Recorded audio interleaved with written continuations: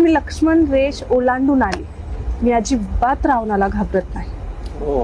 मी लक्ष्मण रेष ओलांडून आली, मी अजिबात रावणाला घाबरत नाही. तुम्ही 10 तोंड घेऊन दात विचकावून भीती घाला मला, मी तुमच्याकडे दया याचना मागत नाही.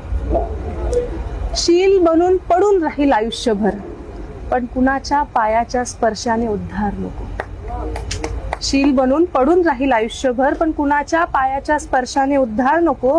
राहील आयुष्यभर चारित्र्यहीन म्हणून, जो मागतो अग्निपरीक्षा तो रामही नको.